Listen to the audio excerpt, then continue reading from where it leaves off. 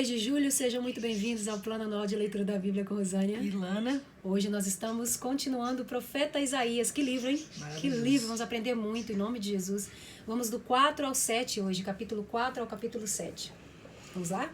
Naquele dia, 7 mulheres agarrarão um homem e dirão: nós pagaremos a nossa própria comida e a nossa própria roupa. Mas deixe-nos dizer que você é o nosso marido para que fiquemos livres da vergonha de sermos solteiras. A futura felicidade de Jerusalém. Naquele dia, o ramo novo que o Senhor Deus plantar crescerá forte e bonito. E os moradores de Israel, que continuarem vivos, ficarão alegres e orgulhosos por causa das ricas bênçãos que vão receber. Aqueles de Jerusalém que Deus escolher para continuarem vivos serão chamados de povo santo.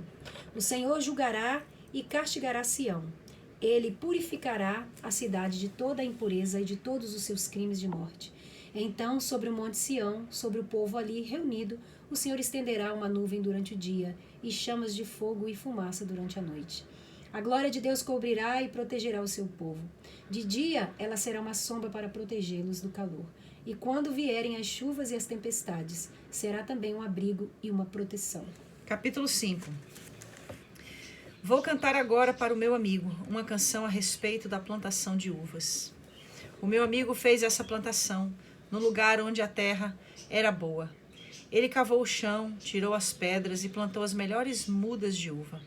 No centro do terreno, ele construiu uma torre para o vigia e fez também um tanque para esmagar as uvas. Esperava que as parreiras dessem uvas boas, mas deram somente uvas azedas. Agora o meu amigo diz: moradores de Jerusalém e povo de Judá, digam se a culpa é minha ou da minha plantação de uvas. Fiz por ela tudo o que podia. Então, por que produzi uvas azedas em vez de uvas doces que eu esperava? Agora eu lhes digo o que vou fazer com a minha plantação de uvas. Vou tirar a cerca e derrubar os muros que a protegem. E vou deixar que os animais invadam a plantação e acabem com as parreiras. A plantação ficará abandonada, as parreiras não serão podadas e a terra não será cultivada. O mato e os espinheiros tomarão conta dela.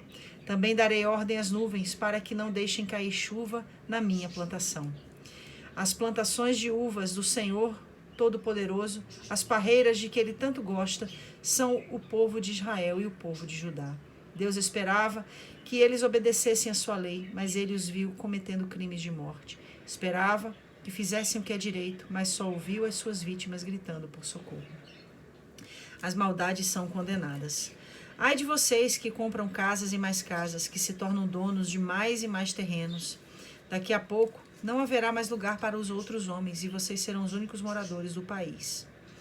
Ouvi o Senhor Todo-Poderoso dizer isto: as grandes e belas mansões serão destruídas e ninguém ficará morando nelas. Um alqueire de parreiras dará somente uns 20 litros de vinho e 100 quilos de sementes produzirão somente 10 quilos de trigo. Ai dos que passam o dia inteiro bebendo cerveja e vinho desde a madrugada até a tarde da noite e ficam completamente bêbados. Nas suas festas há músicas de harpas e de liras, de pandeiros e de flautas e muito vinho para beber. Eles não se importam com os planos de Deus, o Senhor, nem levam em conta o que ele está fazendo. Portanto, por causa da sua desobediência, o meu povo será levado prisioneiro para fora do país. O povo e as autoridades morrerão de fome e de sede. O mundo dos mortos, como se fosse uma fera faminta, abrirá sua boca enorme e engolirá o povo e as autoridades, toda essa gente que vive nas farras e nas orgias. Todos ficarão envergonhados e os orgulhosos serão humilhados. Mas o Senhor Todo-Poderoso fará o que é direito e assim mostrará a sua grandeza. Deus fará o que é certo e assim todos ficarão sabendo que Ele é santo. As cidades virarão montões de ruínas e ali as ovelhas e os cabritinhos encontrarão pasto. Ai dos que se amarram aos seus pecados com mentira. Eles andam arrastando a sua maldade como quem puxa um carro e dizem que Deus se apresse e faça logo o que vai fazer, para que nós fiquemos sabendo o que é. Que o Santo de Israel realize depressa os seus planos, para que nós possamos conhecê-los.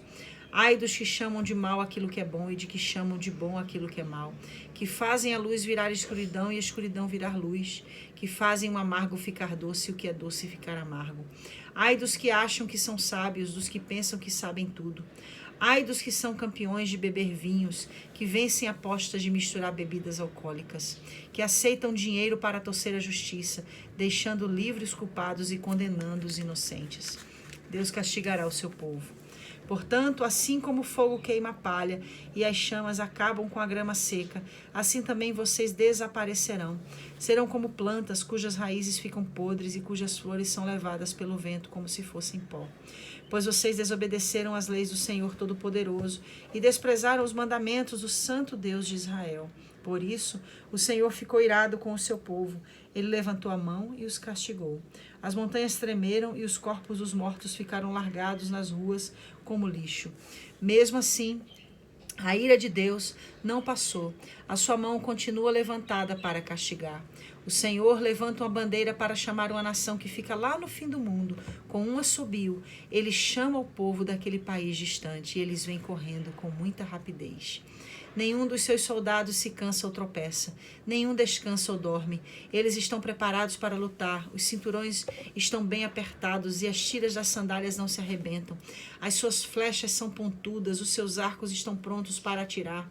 Os cascos dos seus cavalos são duros como pedras e as rodas dos seus carros de guerra parecem redemoinhos.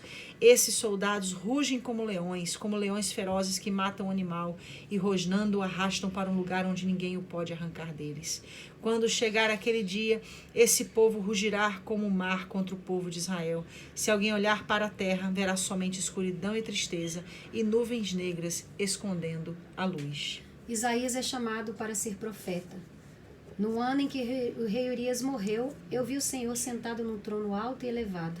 O seu manto se estendia pelo templo inteiro. Em volta dele estavam serafins. Cada um deles tinha 6 asas. Com 2 eles cobriam o rosto, com 2 eles cobriam o corpo, e com as outras 2 voavam. Eles diziam em voz alta uns para os outros: Santo, Santo, Santo é o Senhor Todo-Poderoso. A sua presença gloriosa enche o mundo inteiro. O barulho das vozes dos serafins fez tremer os alicerces do templo, que foi ficando cheio de fumaça. Então eu disse: Ai de mim, estou perdido, pois os meus lábios são impuros, e moro no meio de um povo que também tem lábios impuros. E com os meus próprios olhos vi o Rei, o Senhor Todo-Poderoso. Aí um dos serafins voou para mim, segurando com uma tenaz uma brasa que havia tirado do altar. Ele tocou a minha boca com a brasa e disse: Agora que esta brasa tocou os seus lábios, as suas culpas estão tiradas e os seus pecados estão perdoados. Em seguida ouvi o Senhor dizer: Quem é que eu vou enviar? Quem será o nosso mensageiro? Então eu respondi: Aqui estou eu, envia-me a mim. O Senhor Deus me disse: Vai e diga ao povo o seguinte: vocês podem escutar o quanto quiserem, mas não vão entender nada. Podem olhar bem, mas não enxergarão nada. Isaías, faça com que esse povo fique com a mente fechada, com os ouvidos surdos e com os olhos cegos, a fim de que não possam ver, nem ouvir, nem entender. Pois, se pudessem, eles voltariam para mim e seriam curados. Até quando isso vai durar? Eu perguntei. Ele respondeu: até que as cidades sejam destruídas e fiquem sem moradores. As casas fiquem completamente vazias e os campos sejam arrasados. Eu, o Senhor, mandarei o povo para longe deste país e as cidades ficarão vazias.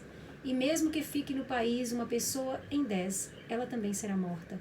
Os que restarem serão como o toco de um carvalho que foi cortado. O toco representa um novo começo para o povo de Deus. Capítulo 7. Mensagem para o rei Acais. No tempo em que Acais, filho de Jotão e neto de Uzias, era rei de Judá, Rezim, rei da Síria, e Peca, filho de Remalias, rei de Israel, atacaram a cidade de Jerusalém, mas não puderam conquistá-la. Quando o rei Acais soube que os sírios haviam feito um acordo com os israelitas, ele e todo o seu povo ficaram com tanto medo que tremiam como varas verdes. O Senhor Deus disse a Isaías: Vá com seu filho Sear-Jazube encontrar-se com o rei Acais. Ele estará na estrada onde os tintureiros trabalham, perto do canal que traz água do açude de cima. Diga ao rei que fique alerta, mas que não perca a calma, que não tenha medo nem fique desanimado por causa do ódio do rei Rezim, dos sírios e do rei Peca. Eles são menos perigosos do que 2 tições soltando fumaça. Os sírios, junto com o rei Peca e os israelitas, estão fazendo planos para prejudicar o rei Acais. Eles combinaram o seguinte: vamos atacar o reino de Judá, conquistar o seu povo e forçá-lo a aceitar o filho de Tabeal como rei. Porém, eu, Senhor, afirmo que isso não acontecerá.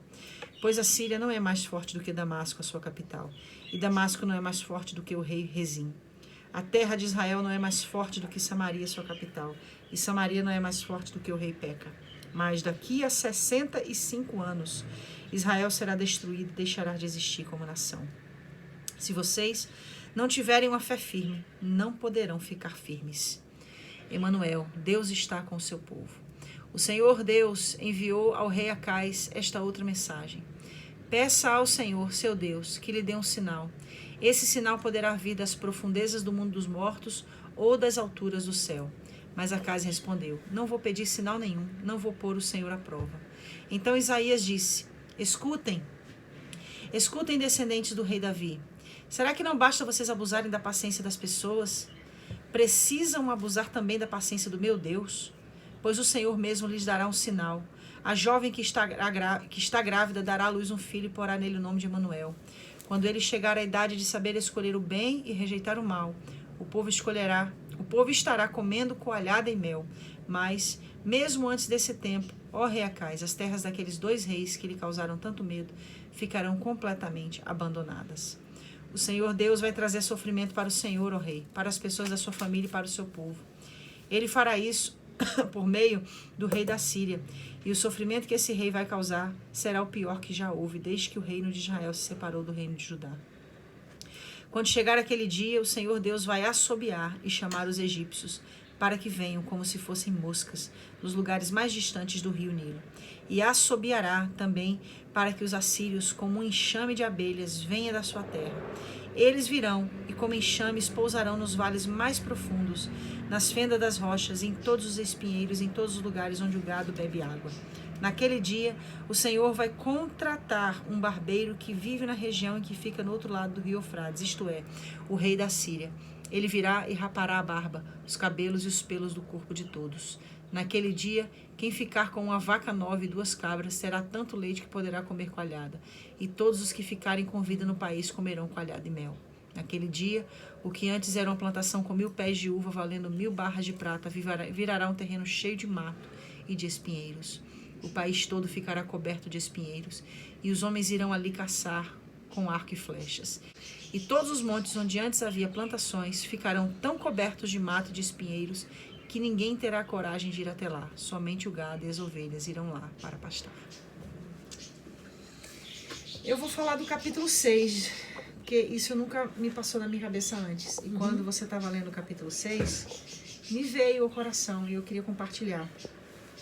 O capítulo 1 de Isaías já mostra o chamado de Isaías como profeta. E o capítulo 6 mostra de novo o chamado ele se apresentando, né? de Deus para a vida dele. Então, o que eu queria trazer aqui? É como se o ministério de Isaías passasse por um upgrade, sabe? Uma ressignificação. Como se ele foi chamado para ser profeta, aceitou o chamado de Deus como profeta, e agora Deus estava apresentando um desafio, né? A quem enviarei, desafio, né? Quem há de ir por nós? E aí Isaías, mesmo vivendo já as agruras do ministério profético, ele já conhecia as dores do ministério profético. E mesmo diante da necessidade de Deus, né, a quem eu enviarei, quem há de ir por nós, ele se apresenta para responder à necessidade de Deus. Ou seja, é como se ele recebesse uma convocação, seu ministério, e depois quando se ele fosse reconvocado, ou seja, ele se dispôs a assumir todas as responsabilidades para atentar a ser uma resposta de Deus para aquilo que o Senhor queria realizar naquele tempo. Eu fiquei impactada com isso. Lembrando que ele se dispôs mediante a uma revelação que ele teve com Deus, né? É como se ele tivesse sido imbuído de força, né? Ele teve com Deus uma grande experiência. Sim. Né? É bem conhecido esse capítulo 6 de Isaías, né? Quando fala que um dos serafins voou para mim, segurando com uma tenaz uma brasa que havia tirado do altar. Ou seja, ele estava na presença de Deus. Ele só entendeu. Eu penso assim, que ele viu como era difícil e ele só aceitou porque ele sabia quem ele era em Deus e quem ele se havia se tornado em Deus e o que ele tinha recebido de Deus. Por que eu digo isso? Porque tem tantas situações de pessoas querendo fazer para Deus, se colocando numa situação de guerra muito difícil, saindo às vezes de um posto e querendo entrar num lugar, eis-me aqui, Senhor, envia-me a mim, mas não tem a experiência necessária ou não tem o tempo necessário no altar de Deus para fazer aquilo, né? E é claro que Deus vai dar a cada um segundo a ele achar que a pessoa vai conseguir. A Bíblia diz que ele opera em nós o querer e o efetuar. Claro, ele opera esse querer e tanto quanto o querer como fazer. Mas é claro que a oração ela é respondida mediante ao seu posicionamento de preparo, né, para Deus. Isaías, a gente percebe que ele era realmente um homem que se colocava mesmo na presença de Deus. E ele só foi Isaías e só falou e fez o que fez, na confiança que ele fez, porque ele sabia de quem estava o provendo.